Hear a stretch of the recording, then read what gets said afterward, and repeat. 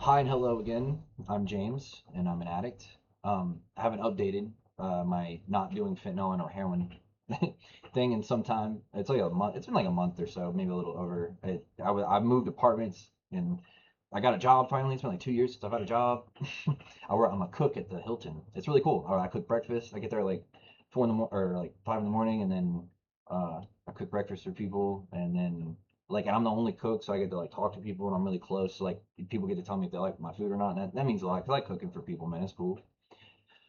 Um, but yeah, I moved apartments. It's just me and my girlfriend in this apartment, and I couldn't have done it without her. I mean, I couldn't have done any of this without her. But yeah, yeah, vibes are up, and I'm pretty happy, all things considered. I have a schedule now. I go to work. I'm off Sundays and Mondays, and we have money coming in, and we're not worried about bills. I've never been this point in my life before. Usually I'm just like with my nose down to my chin, just praying I get a couple dollars to get a fix or, like whatever, just sitting around waiting for things to get better. I guess it's hard. Like it's hard. When you're in the shit, it's even harder. But I've got a year and 4 months, and almost five now. It's the 31st today, so and I feel better, waking up every day is a lot easier. I mean, for my circumstances at least, like I stopped because I just got tired of it, man. I don't know. The last day I used, maybe this will help telling people this, but the last time I used, I was with a girl and we'd been like on a bender for a couple of days, and then like I blacked out and I lost like 24 hours, and I woke up the next day and she was nodded out, and I was standing in the living room and there was like glass broken everywhere, and the house was a wreck, and there was like trash because we didn't take it out for days, and the air was off, so it was really hot in there, and it was dead silent. There was no TV on, nothing. And I had cuts on my hands and on my feet where I had broken some glass, and I was so fucked up I was just walking around in it because I couldn't feel anything, because fentanyl. And I woke up standing up in the middle of her living room, and she was like asleep, and it was dead silent, and all that was going on, and I just like I don't know, man. Like when big changes happen in your life, usually they just happen, out of nowhere. Like when sometimes things just change, and yeah, I just wanted to go home, man. I wanted to see my mom. I miss my mom. That's the first thing I thought about. I was like, I just want to go home and see my mom, and I didn't want to get high anymore. And I was, I was scared about the withdrawal, and I was really scared, and it fucking sucked. I've gone through fentanyl withdrawal more times than I would like to count, and it fucking sucks, dude. And it gets harder every time, and it just like wears you down, makes you like fucks your head up, dude. Makes you psychosis. You're hearing things. It's fucked up, dude. It's bad.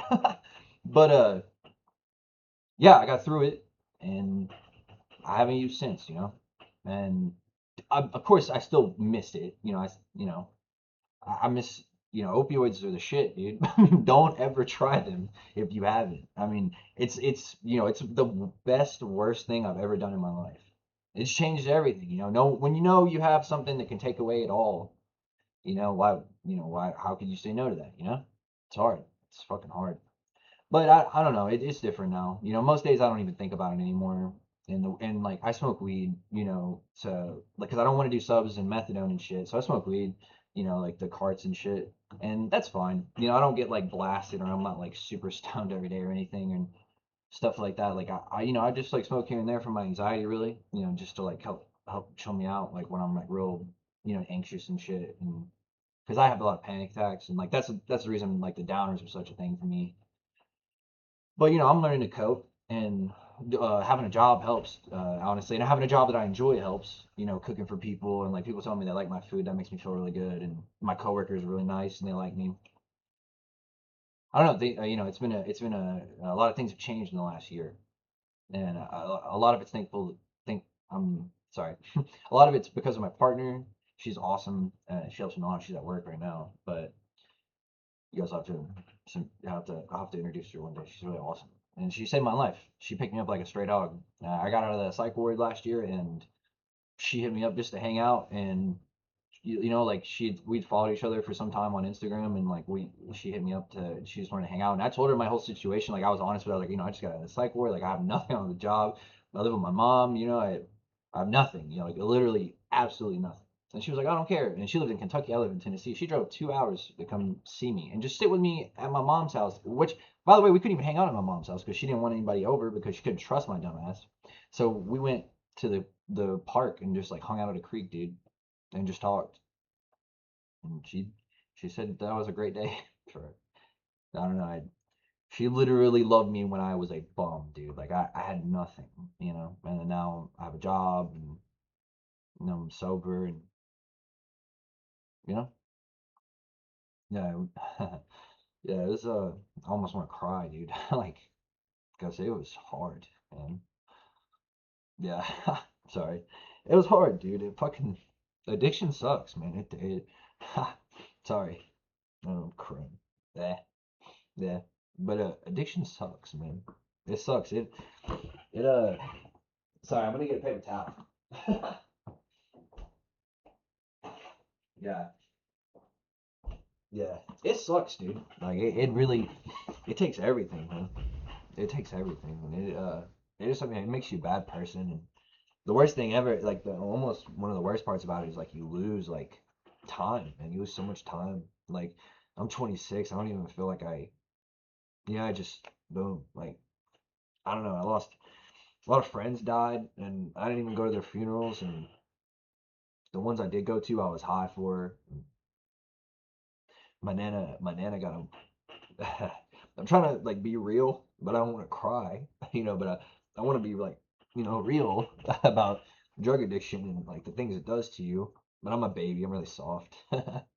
But like my nana when she passed really fast. She got diagnosed with cancer and stuff.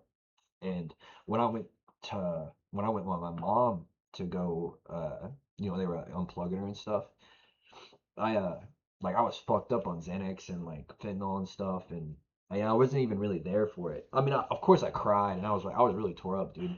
Of course, but I always look back on that and wish I would have been there sober because my mom was so, she was there sober. She dealt with that, and that was her mama. And I couldn't imagine it was my mom. That's my best friend. I can't even think about that. I'll start crying. I'm already crying. But I am very thankful for all the support that I've received in my addiction. I'm very thankful just to be alive. I'm not religious, not out of choice. I just don't have the faith to really do all that. But I want to try to believe in something because I don't believe in anything. Not even myself really. But I want to be. I would like to think that most people are born with more inclination to be good, and I would like to think that if you do the best you can, and you're nice and you're kind as you can be, that you'll get it back in some way. And I haven't always tried, but I've more or less I've tried most of my life to be like a nice, genuine person to people and never hurt anyone, and it seems to have saved my life. I would like to think that I've done shitty things to people and hurt people, and I'll never be able to tell some people sorry, especially like some ex-girlfriends and stuff. You know, yeah, like just like being like verbally abusive and or neglectful, and not like physically abusive, but just being a drug addict, I guess, and that behavior. And there's a lot of people I wish I could say sorry to, and there's just a lot of things I wish I could have done different. But now I want to do things different now. I'm 26. I still have time. I know everybody says that, but I would like to think I still have time. So I want to be better. I want to be different. I want to be. I don't know. I just don't want to be who I've been. So, but for once I don't.